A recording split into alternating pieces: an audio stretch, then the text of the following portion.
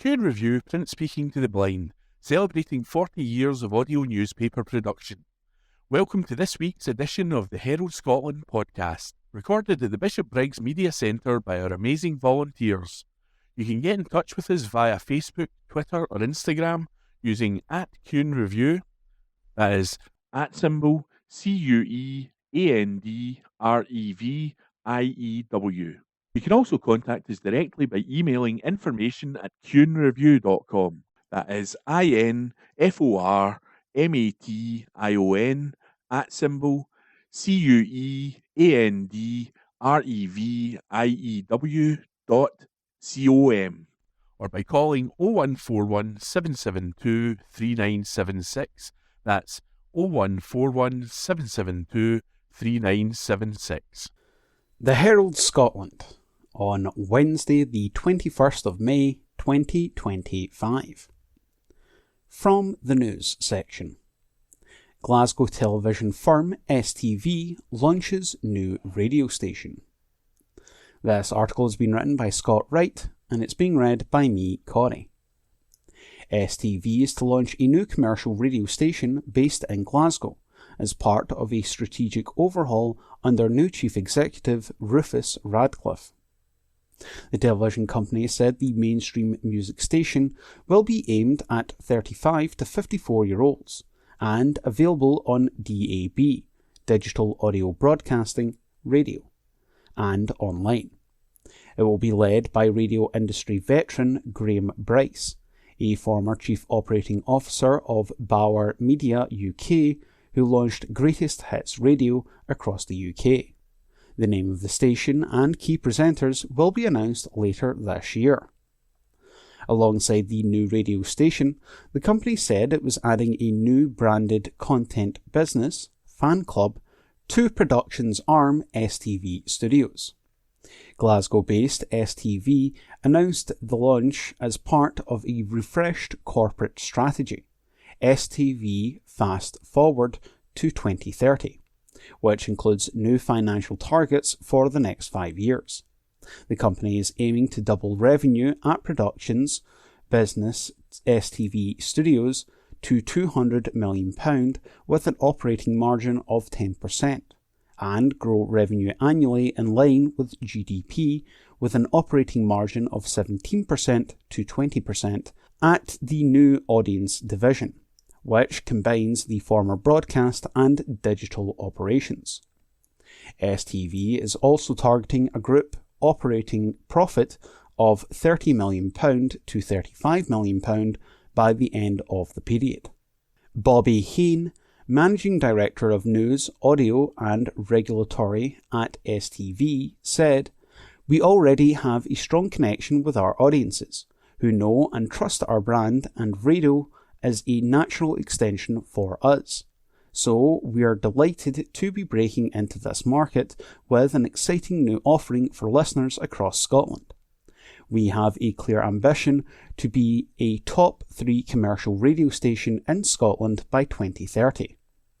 This is a move that will help us grow our audience even further and create exciting new commercial opportunities. Together, our broadcast channel, streaming platform and radio station will enable us to offer a powerful cross-platform and affordable advertising proposition, with real regional flexibility and local targeting capabilities." Details of the strategy refresh came as STV reported that total advertising revenue was down by 2% year-on-year in the first quarter, in line with previous guidance. However, both regional advertising and video on demand performed ahead of expectation, climbing by 7% and 8% respectively. STV expects total advertising revenue to be down 18% in the second quarter compared to the same period last year, which benefited from revenues linked to Euro 2024. Total advertising revenue for the second half is expected to be down 10% year-on-year. STV Studios has forward orders of £66 million at the end of April, down from £76 million at the end of February, which the company said reflected recognised revenue of £17 million and £7 million of new commissions won. Mr. Radcliffe, a former ITV executive who succeeded Simon Pitts at STV in November, said, "Today's Fast Forward 2030 strategy refresh outlines our vision to not only grow our presence in Scotland, but to further establish STV on the international stage. Combining our broadcast and digital divisions and extending into audio both simplifies and further diversifies our advertising business. The launch of a new radio station and the continued growth of STV Player enable us to unlock exciting new opportunities for our customers. There is no ceiling to the international growth of STV Studios, and we are delighted to welcome Fan Club into our family of labels. We have a clear vision and plan to 2030 to maximise the growth potential of the business, and we will move at a pace to ensure we deliver for our investors, customers, partners, viewers, and our people." STV told the stock market this morning that it will announce new targets for 2026 at a capital markets event for analysts and investors.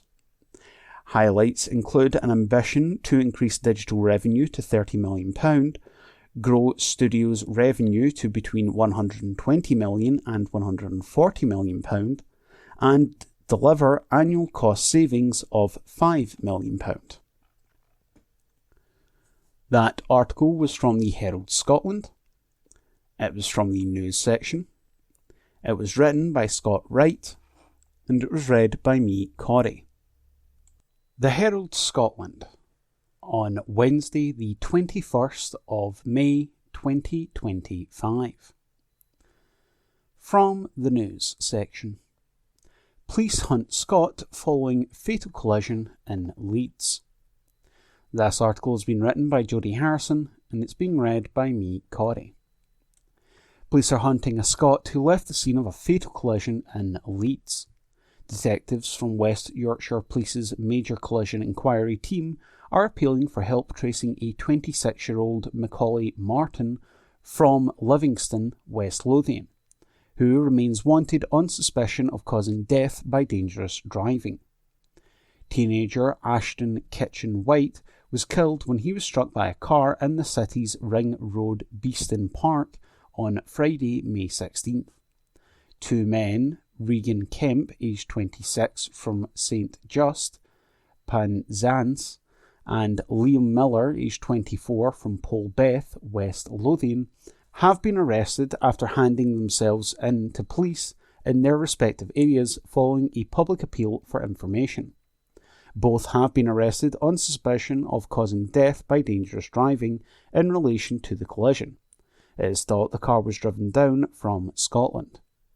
DCI James Entwistle, who is leading the investigation, said, "A substantial number of inquiries remain ongoing today into this very serious collision, which has tragically resulted in the death of a young male. We are actively appealing for information and footage to assist the investigation, and would like to speak with anyone who has CCTV, dashcam or phone footage of the collision or of the car involved just before it took place." That article was from the Herald Scotland. It was from the news section. It was written by Jodie Harrison, and it was read by me, Corey. The Herald Scotland, on Wednesday the 21st of May 2025.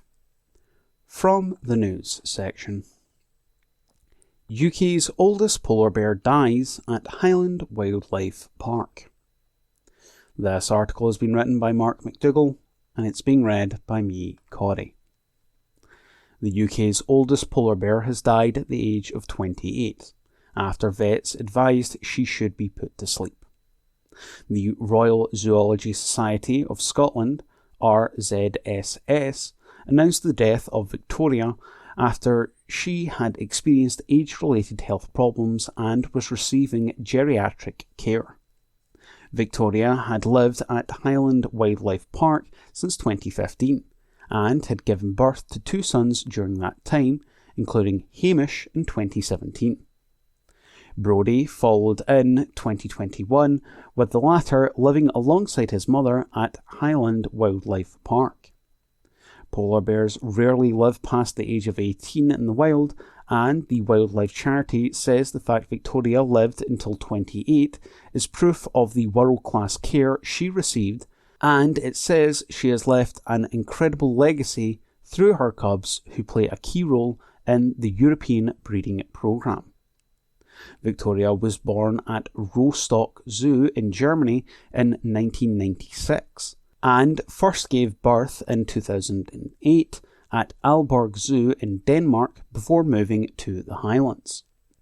David Field, RZSS CEO, said, "Victoria was an excellent mother, and seeing her bring up 2 big, healthy boys has been a joy for our charity's dedicated teams and the hundreds of thousands of visitors who have flocked to see the family and learn more about the threats these amazing animals face in the wild." The wildlife park still has 3 polar bears in its care, including Brodie, with 16-year-old Walker and 17-year-old Arctos also living there. That article was from the Herald Scotland. It was from the news section. It was written by Mark McDougall, and it was read by me, Corey. The Herald Scotland, on Wednesday the 21st of May 2025. From the news section. University of Edinburgh staff back strike action over cuts. This article has been written by Gabriel McKay, and it's being read by me, Connie. University of Edinburgh staff have voted for industrial action, which could include strikes as the institution refuses to rule out compulsory redundancies. The university is looking to cut £140 million from its budget, plans for which would include cutting staff, selling buildings and merging schools. It has repeatedly refused to rule out compulsory redundancies as part of this process, with the UCU balloting its members on industrial action. On a 60% turnout, 80% of staff have backed strike action, with a 93% of members voting said that they would also be willing to take part in action short of strikes, which could include working to contract, not covering for absent colleagues, not undertaking voluntary activities, and possibly a marking and assessment boycott. The union signalled its willingness to engage with the University of Edinburgh on the matter, but warned that compulsory redundancies remain a red line. The local UCU branch will meet in the coming days to decide on next steps. UCU General Secretary Joe Grady said, "Edinburgh University is hugely respected with a hard-won reputation for academic excellence. The principal now needs to heed the repeated warnings given by staff and reverse these cuts, or he's going to go down as a man who took a wrecking ball to the university's 500-year history and left it in a worse state than when he was appointed." The latest set of accounts from the University of Edinburgh show net assets of £3.1 billion. The union said that the university should look to cut back on capital expenditure and use its extensive reserves to mitigate job cuts. Branch President Sophia Woodman said, "This vote is a clear message from members to university management that they need to think again. The ballot result is a mandate for industrial action and to oppose job cuts and the use of compulsory redundancies. We want to work with senior management to build a sustainable future, but we need compulsory redundancies to be taken off the table, and for there to be an honest discussion about why management are proposing job cuts and projecting deficits while, at the same time, increasing spending on new buildings. Staff are angry and ready to fight to defend the future of teaching and research at Edinburgh, which are currently at risk from these damaging proposals. The University of Edinburgh has been contacted for comment. That article was from the Herald Scotland. It was from the news section. It was written by Gabriel McKay, and it was read by me, Corey. This is from the Herald Scotland of Wednesday, the 21st of May 2025, from the business section. Council warned of law breach over failure to help toddler.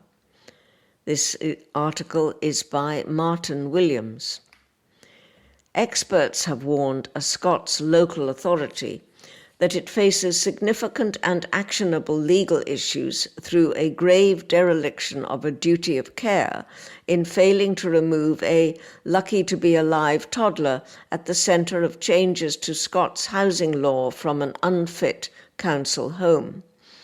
Michelle Ure, 28, had to vacate her two-bedroomed flat in Hamilton for a second time 3 weeks ago because she was deeply concerned for the health of her 2-year-old son, Leighton, which she says is the result of living in the council home, which experts now say is unfit to be lived in.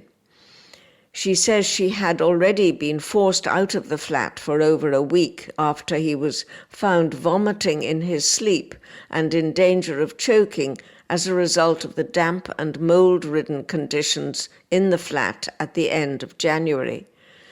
Now she says she was forced out again to stay at her mother's after her son was again vomiting in his sleep. And a damning expert study has now condemned the council's failure to act to remove the mother and child, accusing it of unacceptable and unethical blaming of tenants, and warning that it will face legal issues by not acting.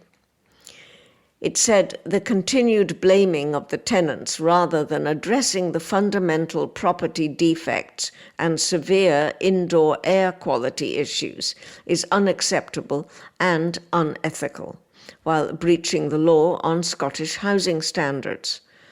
The mother has told South Lanarkshire Council that she feared that her son, who needed urgent medical treatment, would suffer the same fate as Awab Ishak, the 2-year-old who died over 4 years ago as a result of damp and mould in his home, which was managed by Rochdale Borough-wide Housing.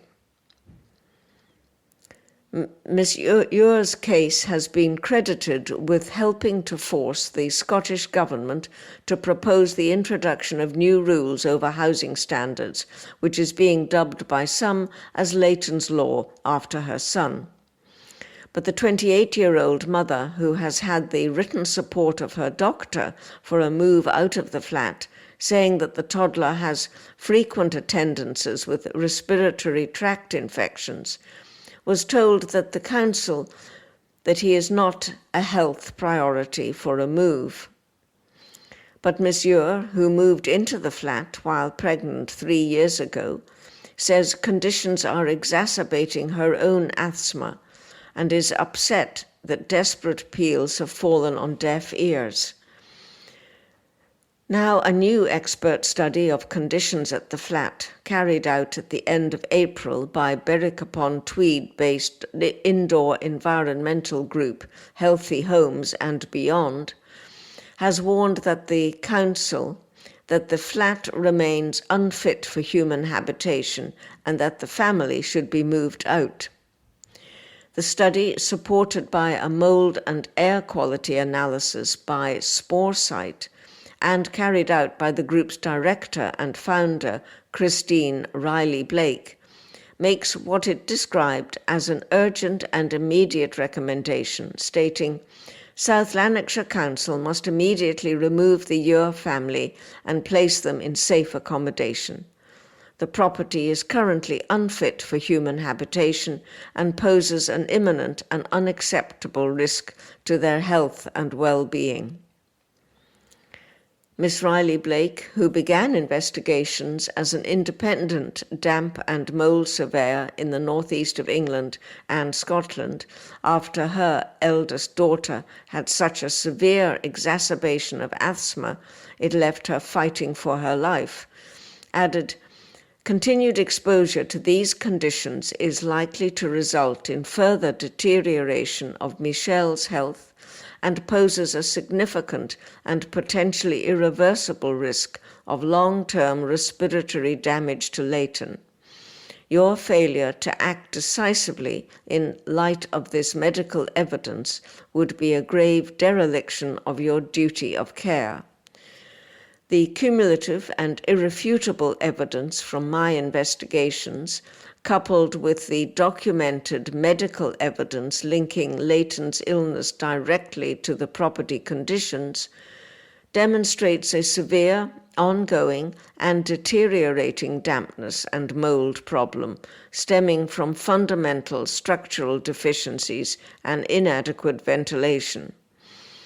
These conditions, which I have thoroughly documented, present a substantial, immediate, and unacceptable risk to the health and well-being of the occupants, particularly the young child Leighton and Michelle. The study said that in addition to the direct and acute health and safety concerns substantiated by Leighton's medical records, the conditions also raised significant and actionable legal and regulatory issues. It says their examination shows strongly and unequivocally that the flat fails to meet the tolerable standard test under the Housing Scotland Act 1987 in order to be fit for human habitation, and requires that houses are free from dampness that is prejudicial to health. This failure is particularly egregious given the documented and severe impact on Michelle's asthma and the direct link between the property conditions and Leighton's documented medical issues, the study said. It said the Council should carry out a comprehensive indoor air quality investigation and remediation plan, carry out urgent comprehensive structural repairs, and carry out professional and comprehensive mould remediation. And it states that there should be accurate, transparent, and ethical communication, adding that the Council should cease blaming the tenants. The mother received an email from a council investigator at the end of January insisting that there were no problems with the flat. South Lanarkshire Council has said it had been working hard to carry out and alleviate any dampness issues, and they say the property has been confirmed to be habitable. The mother denies this. The report has come as South Lanarkshire's Home Finder, a housing allocation system run by South Lanarkshire Council, told Ms. Ure she could not be rehoused as a health priority, adding that there was insufficient need shown to demonstrate that your current home is medically unsuitable and that issues over damp and mould would have to be addressed by a repairs team. Scottish Labour's housing spokesman Mark Griffin, who has been taking the case up with the council, is due to meet the mother and child today. Sean Clerkin, campaign coordinator of the Scottish Tenants Organisation, who has been supporting Ms. Ure and has urged the council to act on the report. He told Stephen Gibson, the council's executive director of housing, in a message, "In all my years of advocating for tenants and their issues, this is the one that has affected me more than any other. The 2-year-old Leighton will die in this property due to the silent violence of your department against him and his family. The boy will succumb, and you will be responsible for his death unless you act now and remove this family to a new, safe and secure home free from damp and mould. You have been given fair warning time and again. South Lanarkshire Council are derelict in their duty of care towards this family, in that you insist this family live in such intolerable conditions to the detriment of their health. Leighton's law emerged after the Herald revealed more than 700,000 Scottish homes have been classed as not fit for habitation in a new housing emergency, with 600,000 more properties registered as below a legal tolerable standard since the pandemic. Campaigners say that initial proposals are flawed, as they focus only on the social rented sector, which comprises properties owned by councils and housing associations such as Wheatley. Official surveys carried out for the Scottish Government show that in 2023, the number of Scots properties falling below the tolerable standard in order to be fit for habitation has shot up from an estimated 54,000, or 2%, in 2018, to 729,000, 27%, in 2023. It is classed as a condemnatory standard, which means that it is not reasonable to expect people to continue to live in a house that falls below it. Campaigners, including the Scottish Tenants Organisation and Living Rent, have described the issue over housing standards and damp and mould in Scotland as a public health crisis. A council spokesman said, "This house has now been visited on numerous occasions by our own staff and by independent contractors, including a range of professionals who are highly qualified in property matters and environmental health. At no time has any of these experts found the property to be anything other than habitable. We have undertaken a range of actions to investigate the issues reported by Monsieur, including dampness surveys carried out by a specialist contractor that identified no major issues. While some actions have been taken, including the fitting of thermal insulation to external walls and the upgrading of fans in the bathroom and kitchen, Monsieur has refused to allow us to install a new ventilation system that would further improve air quality. Monsieur has been repeatedly provided with advice on how to prevent condensation and dampness in the home.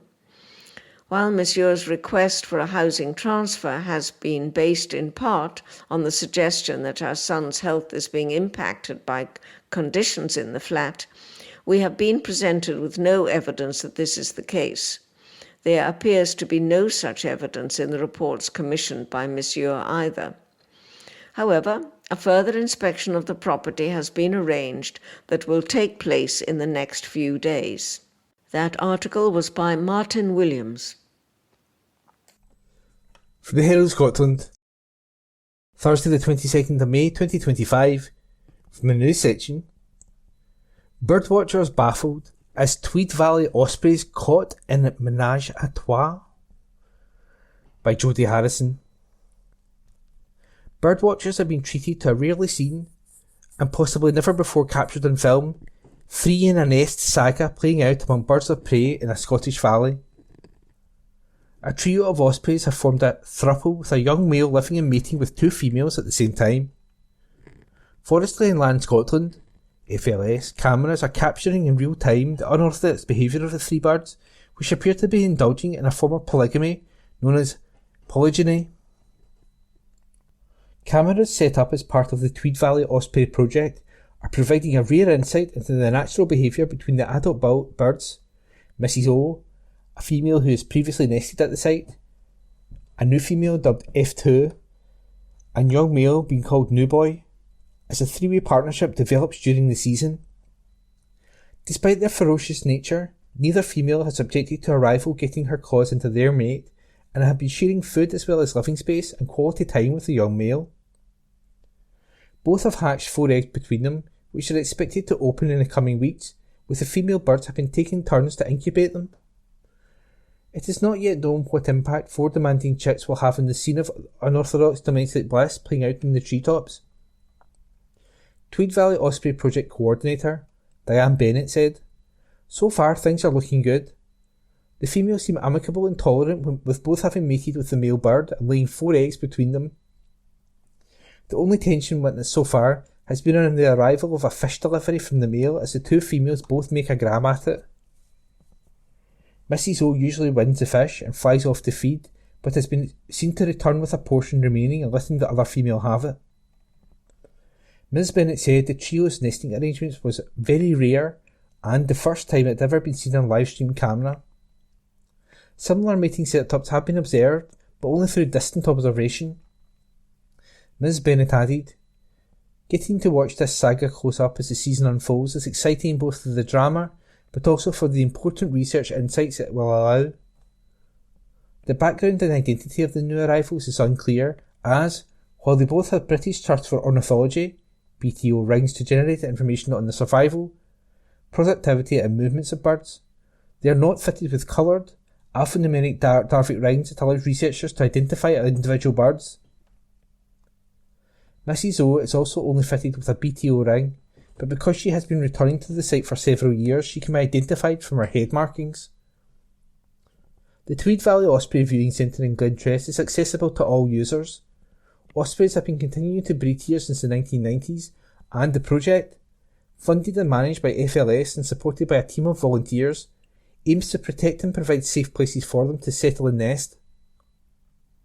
The Tweed Valley Polygyny Saga can be viewed at the Wildlife Hub at Glentress Forest in Peebles between 10 AM to 4 PM each day, where the camera is streaming live onto the big screen, with volunteers on duty most of the time to interpret what is happening with the osprey family. Regular updates and video clips of behaviour and snapshots of the birds taken from the live stream are added to Tweed Valley Osprey Project Facebook page, which can be followed to see how they progress through the season. In an article written by Jodie Harrison and read by Ian McKenna.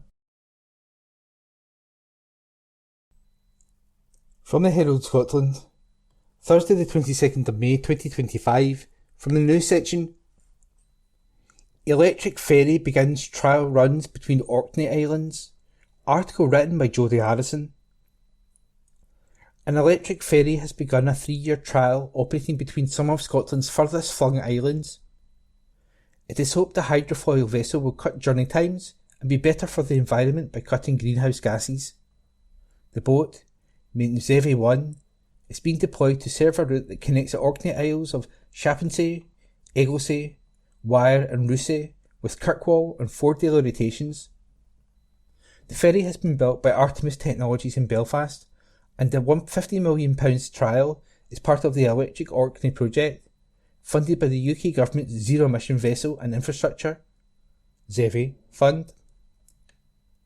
Orkney ferries will begin testing the 12-metre 39-foot ferry, which can carry a dozen passengers, this week to see how it performs in the sea conditions around the islands. The hydrofoil technology lifts the hull of the vessel above the water, enabling it to travel at a higher speed. If the Zevy boat performs well, it is expected to begin carrying passengers later this summer. This is a trial, and we need to find out how well this new technology will work here, said Orkney Islands Councillor Melissa Thompson, who chairs Orkney Ferries. We are hoping this could be a game changer for faster travel between the islands if things go well. Over the coming months, extensive data will be collected to measure the vessel's efficiency and operational performance. Accompanying the Artemis EF-12 workboat XL in Orkney is the installation of an ultra-fast charger in Kirkwall, which will provide a full charge to the 12-metre vessel in under 60 minutes. Dr. Ian Percy, CEO of Artemis Technologies, said, "Bringing the Artemis EF-12 workboat XL to the islands supports Electric Orkney's ongoing goal of decarbonising transport whilst improving the quality of service for residents and visitors." Neil Ryan, Head of Land and Maritime Transport at Innovate UK, the main deliver partner of the UK Government's UK Shore programme, which funds the Electric Orkney project, said, "We are extremely pleased that another UK shore-funded project will now deliver new zero-carbon maritime capabilities, this time in Orkney, a community where ferry transport is a key part of daily life." The Electric Orkney project is yet another example of UK shore projects demonstrating the best of homegrown innovation and delivering real value to regions across the UK. That report was written by Jodie Harrison and read by Ian McKenna. From the Herald Scotland, Thursday the 22nd of May 2025, from the news section. Ex-footballer avoids prison as brother jailed for pub assault. Report by Conor Gordon. The brother of a former Scots footballer who left a man badly hurt with a single punch has been jailed for almost 4 years. Martin Heatherstone, a trained boxer, set upon Charles Houston in the Joker Bar in Bellshill, Lanarkshire on July 2nd, 2022. The victim was knocked unconscious by the 57-year-old, with him left suffering a potentially fatal brain injury and a fractured jaw. First offender Heatherstone, described by his lawyer as effectively a pillar of his local community for his 40 years involved in boxing and coaching of the sport, was sentenced at the High Court in Glasgow. He had last month been joined in the dock by 60-year-old brother Peter Heatherstone, the ex-Aberdeen and Raith Rovers midfielder, as well as 31-year-old Lauren McGowan. They had all faced a charge of attempting to murder Mr. Houston. But the ex-footballer and Miss McGowan walked free after Heatherstone pleaded guilty to assaulting the man to his severe injury, permanent impairment and disfigurement, as well as to the danger of his life. Lord Colbeck locked him in jail for 3 years and 7 months. The court heard how Mr. Houston and friend Ian Mitchell went to a bar to sell cigarettes and a dashcam. The men spoke to a member of staff who said that they knew someone who would be interested in purchasing them. Mr. Houston and Mr. Mitchell were directed to the beer garden and were soon joined by Heatherstone and another man. Prosecutor Lee Casey said, Heatherstone immediately punched Mr. Houston once in the head, causing him to fall to the ground. He then punched Mr. Mitchell in the head before he was pulled away by the other man. This other individual then punched Mr. Mitchell on the head. The associate stated to Mr. Mitchell as the pair fled the scene, "If you open your mouth, you will get worse." The hearing was told Mr. Houston was initially unconscious for 7 minutes. He came to and managed to walk away from the pub, but was found stricken again by paramedics outside a nearby property. Mr. Houston was taken to hospital, where he was found to have suffered a cut to his head, a fractured jaw, as well as a blood clot between the skull and the surface of his brain. This then involved surgery, as well as plates and screws fitted to repair the damage to his jaw. Mr. Ewing added, "The blood clot and swelling to his brain were life-threatening, and if he did not have the operation, he would have died." It was stated that Mr. Houston suffers from epileptic fits since the incident and struggles with fatigue. Heatherstone, of Coatbridge, Lanarkshire, also admitted in court to assaulting Mr. Mitchell. His lawyer today said Heatherstone had been involved in boxing since he was 18, with it being a philosophy for his lifestyle, fitness, health and discipline. Graham Robertson, defending, added, "I stress discipline, which is tragic in the circumstances." The court heard a total of 21 testimonials had been given to Lord Colbeck to read. Mr. Robertson, in the cross-section of references, there is a tremendous groundswell for Mr. Heatherstone from clergy members, business personnel, people who have known him for decades. He presents as a man who is a very positive role model for many people. Sentencing, the judge stated Mr. Houston and his friend appeared to have been lured to the beer garden in what seemed a pre-planned confrontation. Lord Colbeck, "It is clear, however impulsive your behaviour may have been, you failed in the most terrible way to live up to the standards I am told you attempted to instill in others. This is not a case of an ordinary man spontaneously throwing a punch. It is one of a man with years of training punching an unsuspecting victim." And that article was written by Conor Gordon and read by Ian McKenna. From the Herald Scotland, Thursday the 22nd of May 2025, from the news section. Police Scotland worker unlawfully accessed crime reports, by Erin Maguire. A police worker spent almost 3 years unlawfully accessing highly confidential crime reports, only to be snared when she was caught messaging a man involved in serious organised crime. Joanna Miller committed dozens of data protection breaches while she was working from home in Gourock. She resigned last year after Police Scotland launched an investigation. The 32-year-old, who was working as a criminal justice support officer at the time, covered her head with a brightly coloured jacket in a bid to avoid photographers when she left Greenock Sheriff Court this week after confessing to her guilt. Miller admitted accessing information from Police Scotland's crime management system without a legitimate purpose on 18 occasions. She also pleaded guilty to 4 charges relating to the obtaining and disclosing of personal data from Police Scotland personnel files. Almost all the offences were committed while Miller was working at an address in Gourott's Avonmouth Place. The court was told that anti-corruption unit investigation was launched after police received intelligence that Miller was in contact with an individual who was under investigation for other matters. Her conversations with the man came to light after his phone was seized and analysed by police. Miller's solicitor said her client had committed the offences out of personal curiosity. Miller initially faced a total of 44 charges, but her pleas of not guilty were accepted to the remaining 22 allegations. The court heard that criminal justice support officers provide an administrative function within the force and are responsible for updating crime reports throughout the west of Scotland. These members of staff have the ability to access, view, update or print crime reports which contain personal data on victims, witnesses and suspects. One breach occurred on a date in November 2020 when she was not scheduled to be working. The investigation found that Miller had repeatedly gained access to police systems without a legitimate policing purpose. Miller's line manager determined that she would have had no reason to view these reports as no requests were made to update the files on the dates they were accessed. In November 2022, Miller obtained a photograph of a special constable and sent it to friends in a WhatsApp group. She acted in a similar manner a few weeks later by disclosing a photograph of another criminal justice support officer. Miller was suspended from her Police Scotland role pending the investigation and resigned from the post in August last year. Defence solicitor Amy Spencer said, "Apart from what your lordship has heard about sharing a couple of images in a WhatsApp group, there is no suggestion that any more of that information was shared with anybody else. There is no suggestion of any malicious intent."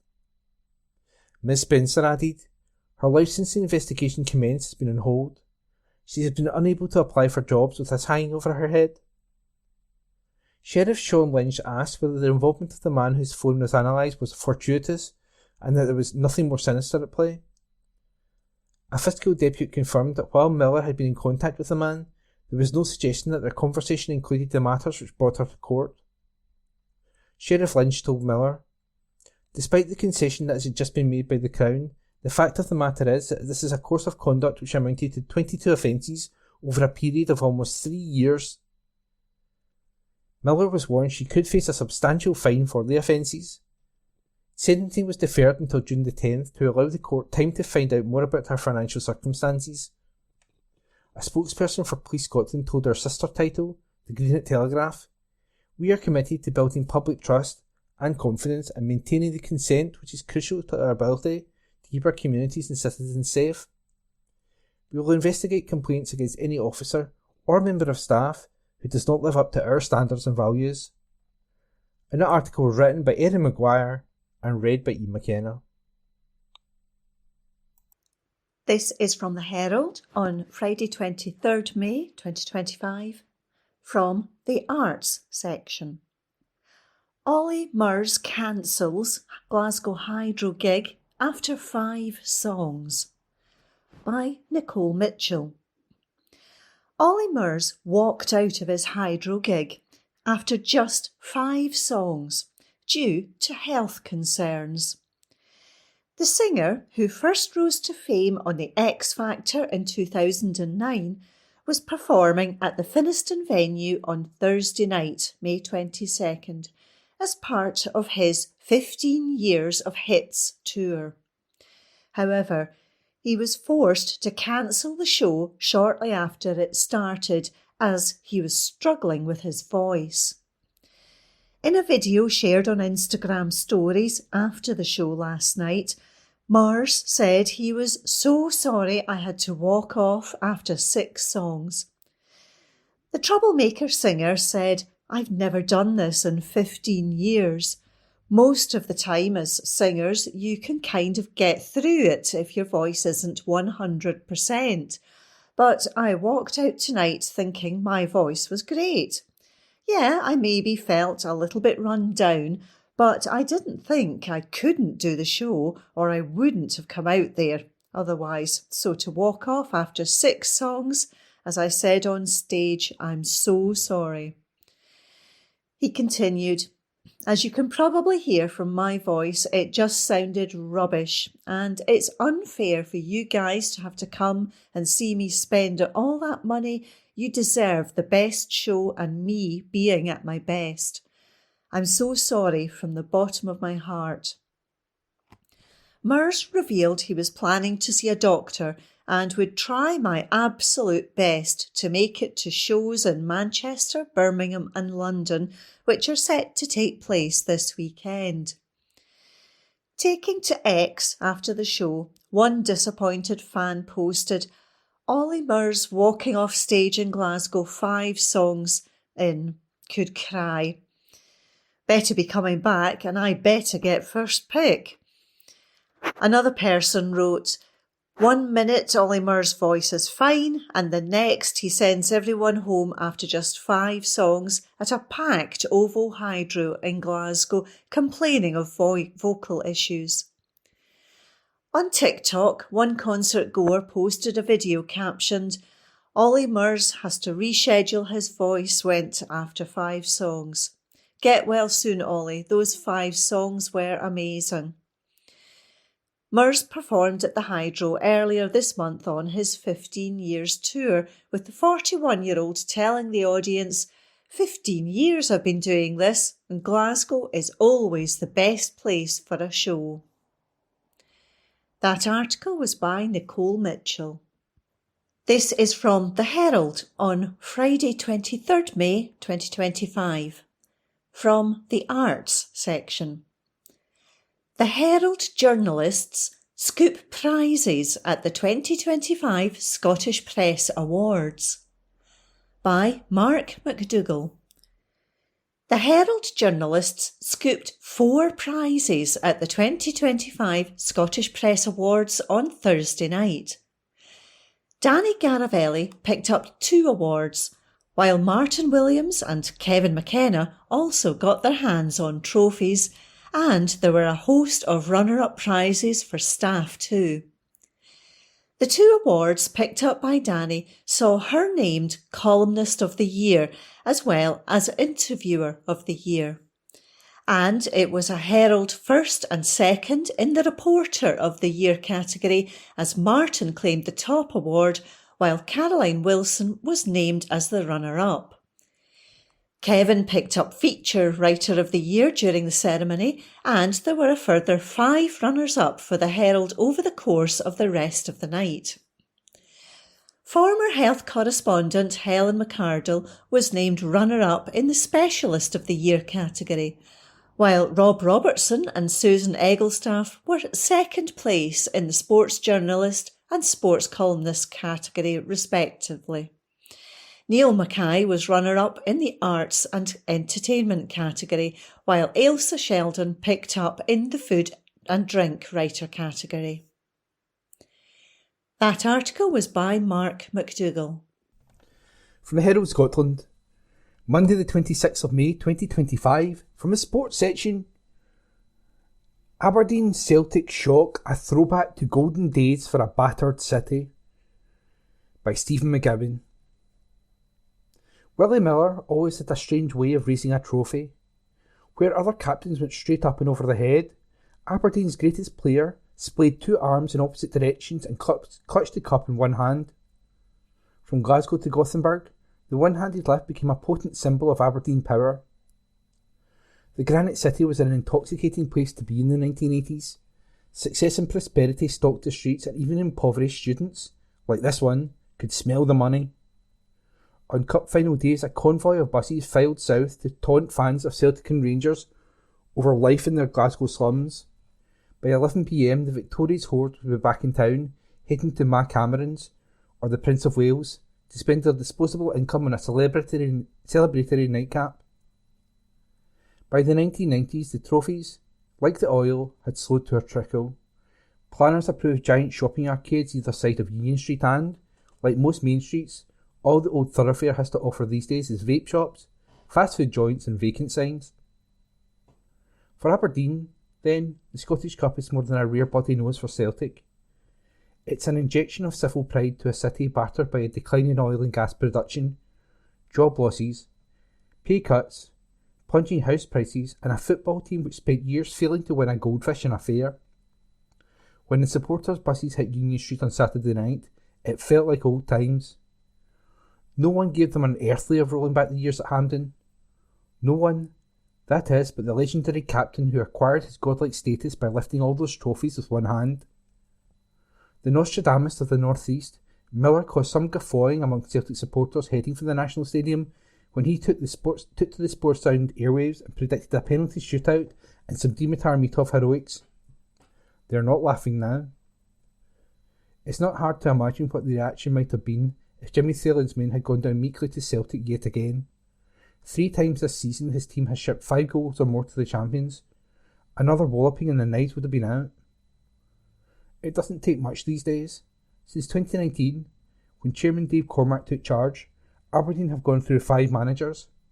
That sounds like a guillotine until you consider that Hearts, Hibs, Dundee and Kilmarnock will all be on their 7th boss in 6 years come the start of next season. The average lifespan of a manager in the Scottish Premiership these days is now 12.75 months. It's a precarious way to make a living. Thielen's Dons had won 4 of their last 13 games. After an outstanding start, they contrived to finish 5th in the league. Defensively, they leaked like a sieve. If they turned up and shipped another 5 goals on Saturday, you can bet your life there would have been fans calling for the Swede to go to the same way as Jim Goodwin, Barry Robson and Stephen Glass, and Neil Warnock. It's been a good week for managerial pragmatism. Ange Postecoglou found a way to win a dreadful Europa League final by replacing Ange Ball with Ange Wall. Ditching his usual 4-2-3-1, Thielen nicked Stephen Robinson's tactics and went with 5 at the back. Aberdeen's first half display was woeful, failing to improve until Thielen threw caution to the wind with brave substitutions. Low on quality, big in courage, the Pittodrie men were losing the cup until Casper Schmeichel's howler dragged them back in. Maybe the fans in the Celtic end of Hampden should have caught the warning signs when their team opened the scoring with a stroke of luck before half-time. When Alfie Dorrington turned the ball past Mitov, there was no jubilation, barely any celebration at all. Celtic looked like a team so accustomed, so desensitised to winning, they'd forgotten how to enjoy it. They reeked of complacency. Every team needs to feel the pain etched in Callum McGregor's face at full time. In recent times, Celtic have played like a team wrapped in a comfort blanket, insulated from football's harsh realities. They'd lifted trophies they'd barely deserved to win, and, at some point, they were bound to come unstuck. Now that they have, questions abound. Brendan Rodgers has yet to commit to a contract extension and, before he does, he'll look for evidence of an ambition to up the ante in the transfer market. They did it last summer and that's half the problem. Handed a king's ransom by SPFL standards, the Parkhead boss spent £11 million on Arne Engels, a player hooked after an hour at Hampden. Adam Ida cost £9 million and made no impact. Austin Trussey, despite lavishing £6 million on him, they're still fielding Liam Scales at the heart of the defence.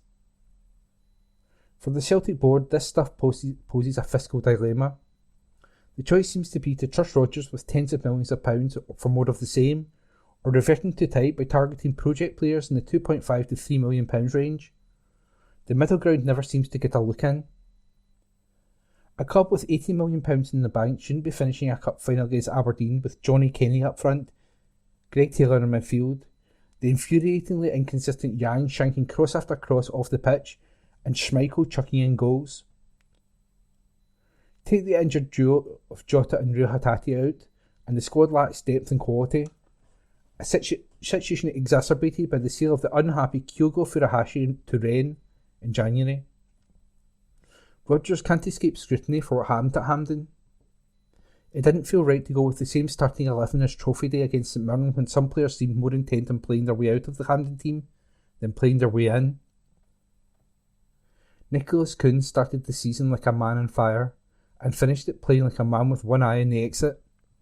With Ida up front, meanwhile, Celtic wrapped up 82% possession, won 15 corners and still failed to test the opposition keeper until Dyson Maeda squandered a golden chance for glory at the death. Rodgers has plenty of credit in the bank. Since his first spell, Celtic have won 21 of 27 trophies up for grabs. They've claimed 8 out of 9 titles, 7 League Cups and 6 of the 9 Scottish Cups.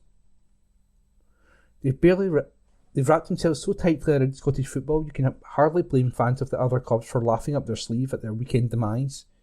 Even Celtic have to acknowledge that a different name in the trophy is good for the game. When push came to shove, the Scottish Cup went to the team which wanted it more, and blowing a final they shouldn't have lost to Aberdeen might be the reset Celtic need. The wake-up call which reminds them how painful defeat can be, and how joyous it should feel to win. In an article written by Stephen McGowan and read by Ian McKenna. From the Herald Scotland, Monday the 26th of May 2025, from the sports section, Rangers women ensure Scottish Cup sunshine after a storm. Article written by Alison McConnell. The Glasgow weather might well have been this season in microcosm for both Glasgow City and Rangers today. There have been storms and clouds in amongst the sunshine, with Rangers ending their season basking in the latter. Their Scottish Cup win at Hampden could not have been more comfortable, nor the performance more in sharp contrast to the meek ending to their league campaign. This was a win at a canter. Rangers' tears from last weekend were used as a catalyst to get their hands on the final trophy of the season. It enables Jo Potter to claim both cups on offer, and she was keen to underline that she has won 4 trophies out of 6 across her 2 years, but there will still be a lingering sense that the title remains elusive. Mia McCauley got Rangers up and running in the opening half, before Kirsty Howat scored either side of the interval. To rub salt in the wound, City finished the game with 10 players on the pitch, with defender Samantha Van Diemen dismissed after VAR intervened to upgrade a yellow card to a red, with 10 minutes of the game remaining. Leanne Ross watched her side claim second spot last weekend and with it take the second Champions League place. Again, though, the league failure was always going to linger. That failure is compounded now with yesterday's defeat, which confined City to back-to-back seasons without a trophy. For a club who have dominated the landscape of Scottish football for so long, there is no question that it will sting across the next few months. As will the manner of this performance. They were conspicuous by their absence against Rangers, with no stage of the game offering a suggestion that they were capable of gaining any kind of momentum. By the time that McCauley had put Rangers in front, Potter's side had twice hit the woodwork. It was a warning that City had failed to heed, with McCauley sclaffing an effort off the outside of the post in the opening stages before Cathy Hill had whacked a header off the bar. McCauley's opener came as Van Diemen, arguably her poorest game of the season, brought the ball out of defence, but her pass was cut out. McCauley eluded the challenge from Claire Walsh before speeding a right-footed diagonal effort low into the bottom corner. Gers skipper Nicola Docherty was forced off shortly after the opener. Injury in the opening minutes after a collision with Amy Muir, as both players slid in and Docherty appeared to take a knee to the face. The fullback was forced off, clearly upset at the manner in which her afternoon was prematurely ended. It had no impact on Rangers' dominance. City hit the crossbar through Natalia Robel before Rangers added a second. Katie Wilkinson was the architect, whipping a ball into the feet of Kirsty Howat.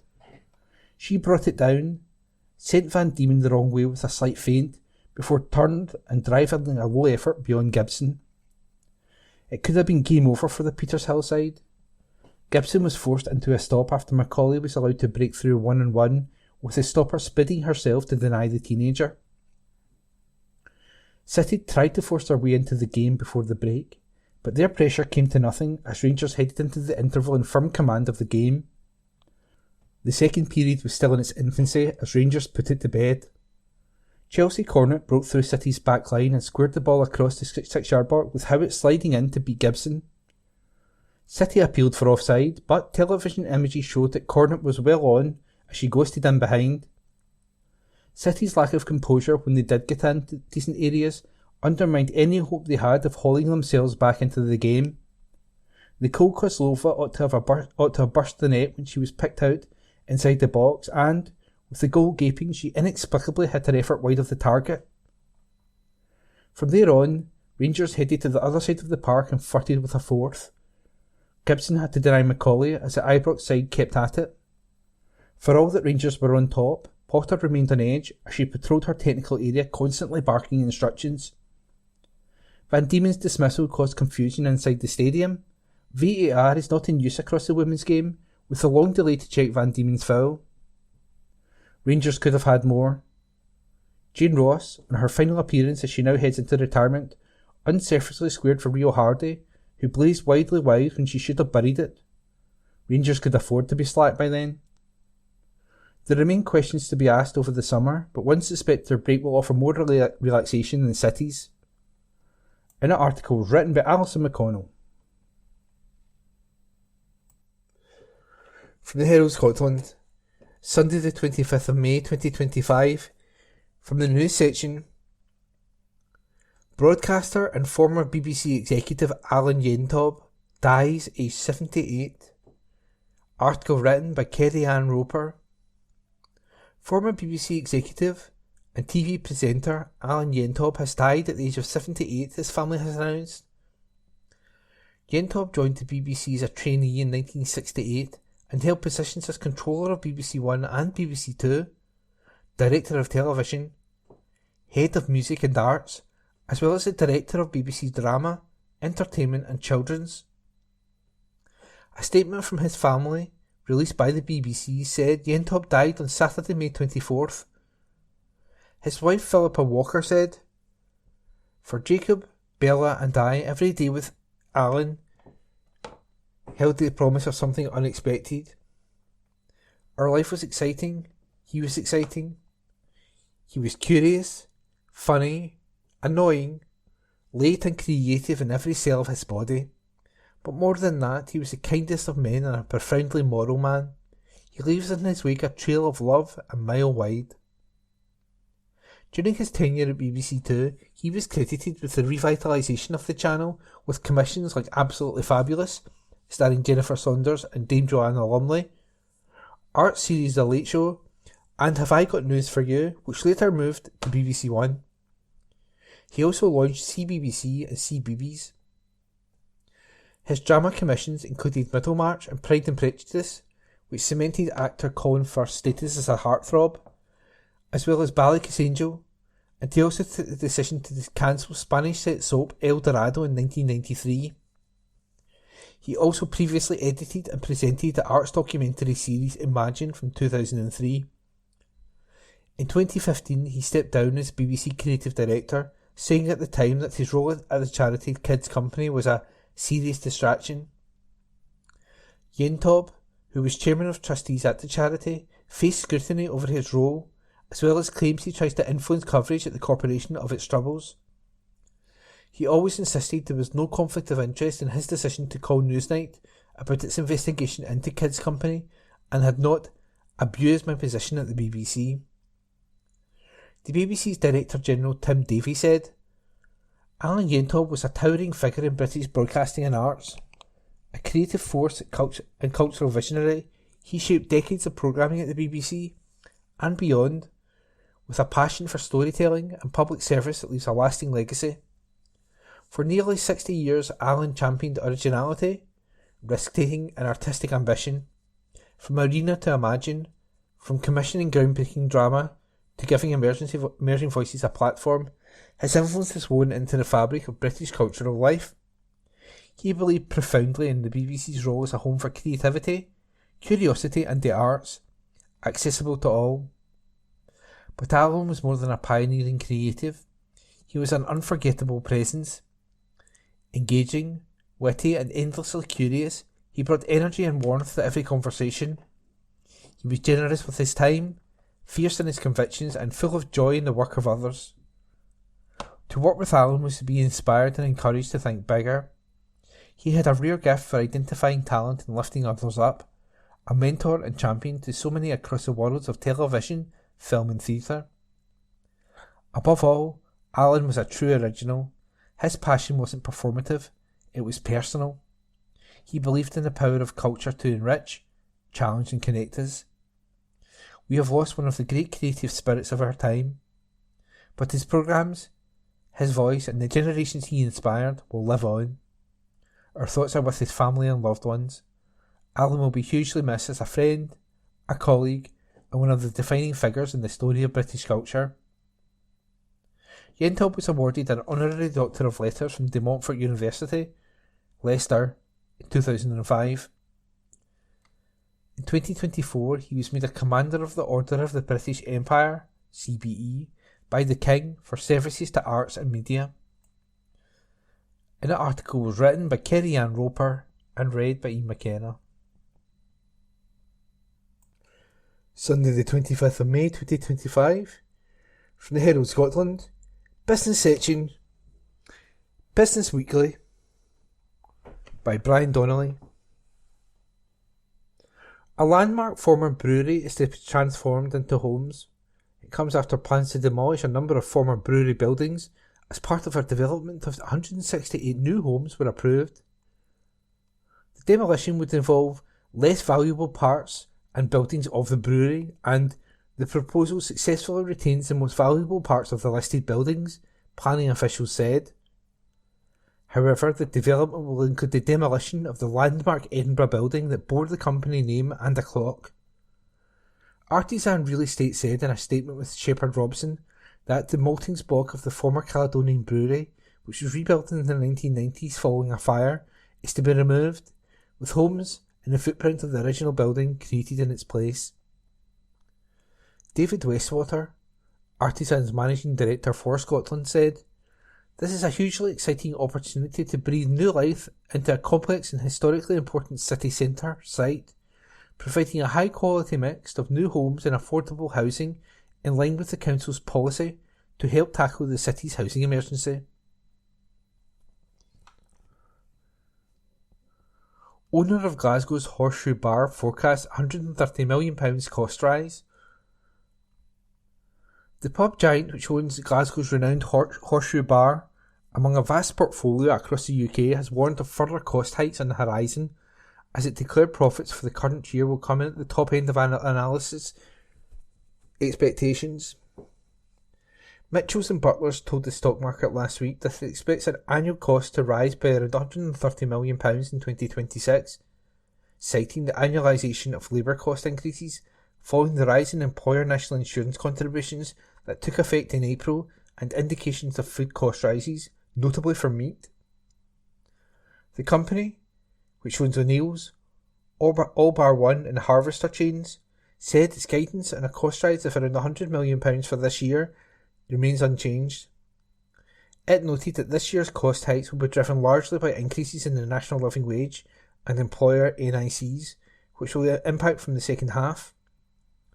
However, the company is anticipating a higher level of overall inflation next year, probably approaching £130 million.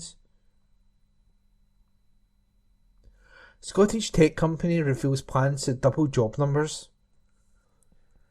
A Scottish semiconductor firm has revealed plans to double its workforce and invest in further research and development of its pioneering magnetic sensing human-machine interaction technology, after raising £6.2 million. Neuranics, a spin-out from the University of Glasgow and University of Edinburgh, founded in 2021, intends to double its workforce in Scotland from 20 to 40 over the next year to accelerate global growth and the commercial adoption of its tunnelling magnetoresistance TMR technology.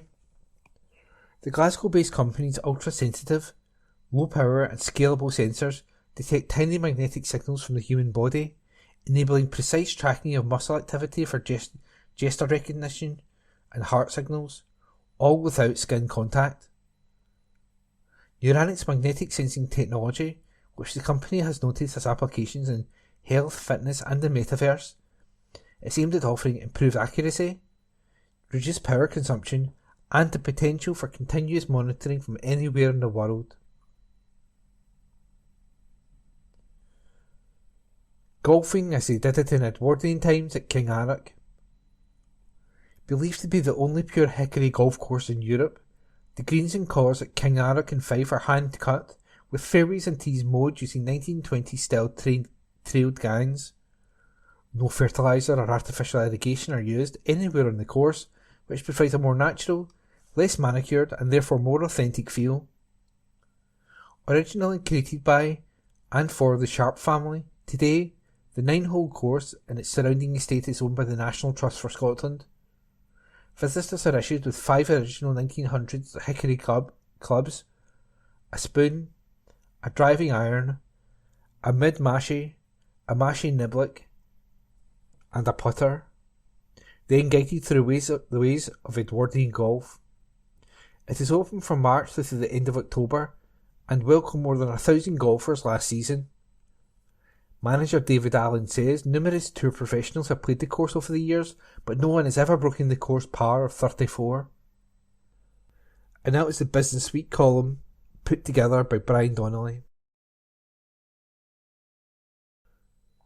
From the Herald Scotland, Sunday the 25th of May 2025, from the news section. John Swinney rejects Donald Trump's calls for more oil drilling. Article written by Nick Forbes. John Swinney has said there is no surprise in Donald Trump's calls for oil drilling in the North Sea to be incentivised, insisting that his government is absolutely committed to its net zero targets. Scotland's First Minister was speaking after the US President claimed that stopping unsightly windmills and drilling oil instead would bring the UK's energy costs way down. Mr Swinney stressed the need to recognise the realities of climate change and carry out a just transition to net zero. The First Minister said, "I do not think it's a surprise that Donald Trump believes and says what he says about energy issues. I think we're all quite familiar with his line of argument, but from the Scottish Government's point of view, we've given a commitment to get to net zero, and we are going to see that commitment through."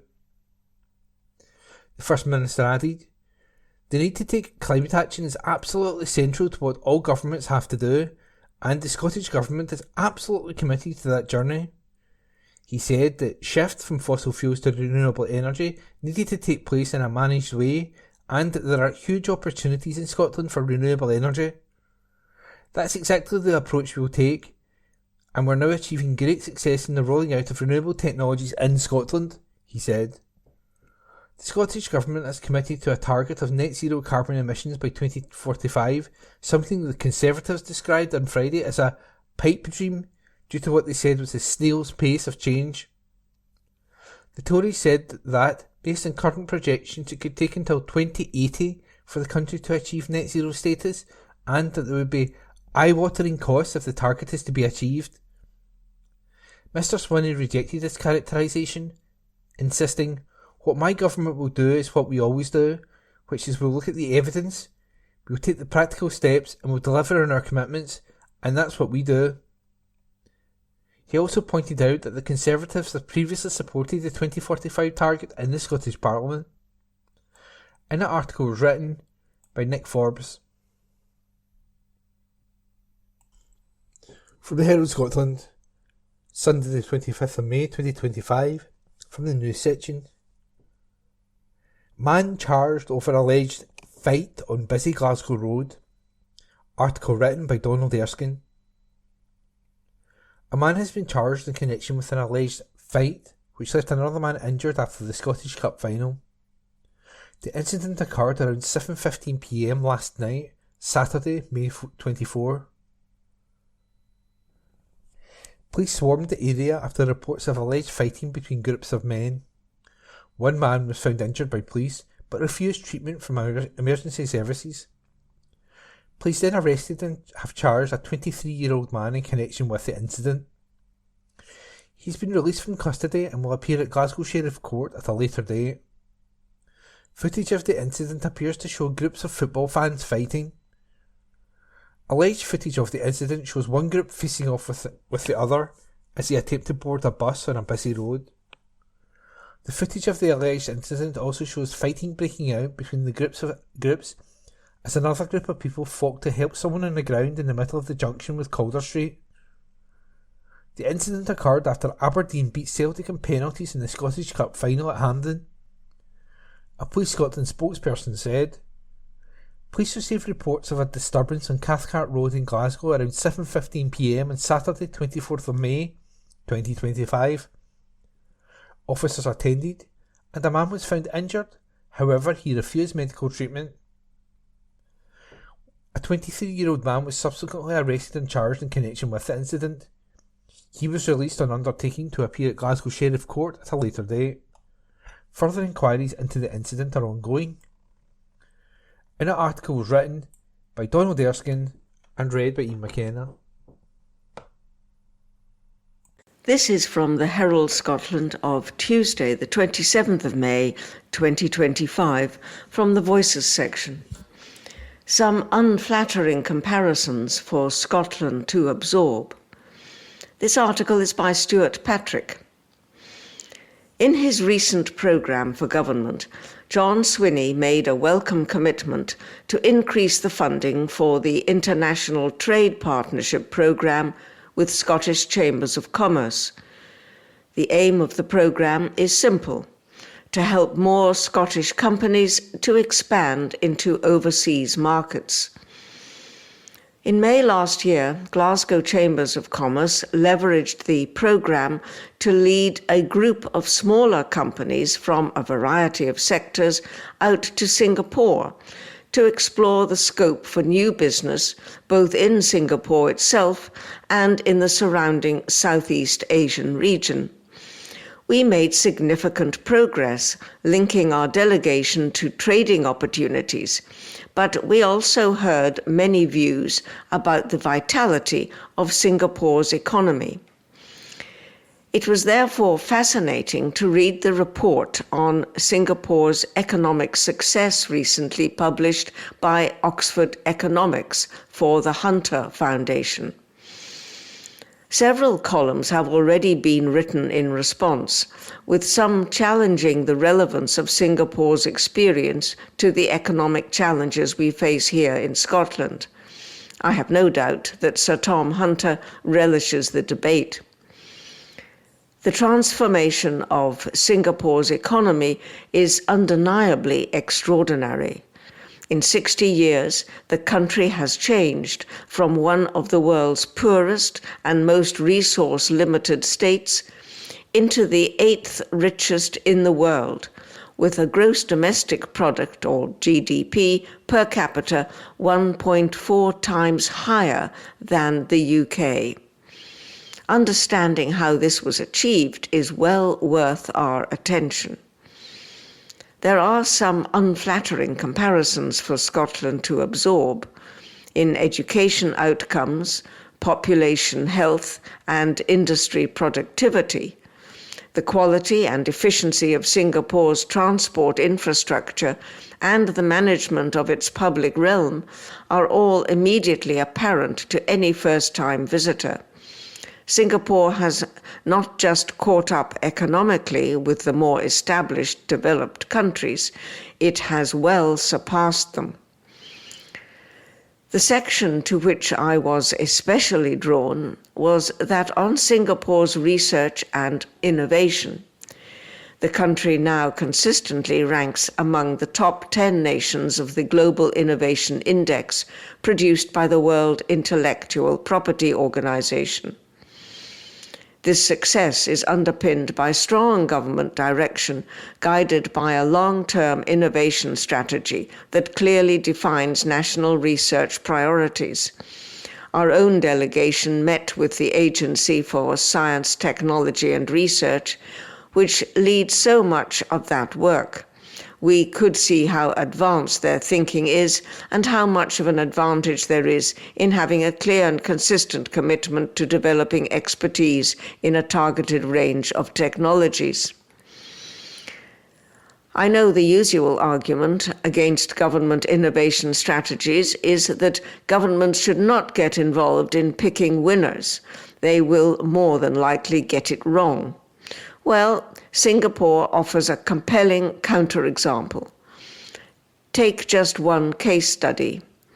In the late 1960s, the Singaporean government decided that the arrival of containerized shipping would transform global trade. In 1969, it committed to build the country's first container terminal and the first in Southeast Asia. That bold decision, starting from a comparatively small port, set Singapore on the road to having one of the largest trading ports in the world, second only to Shanghai for the tonnage it processes.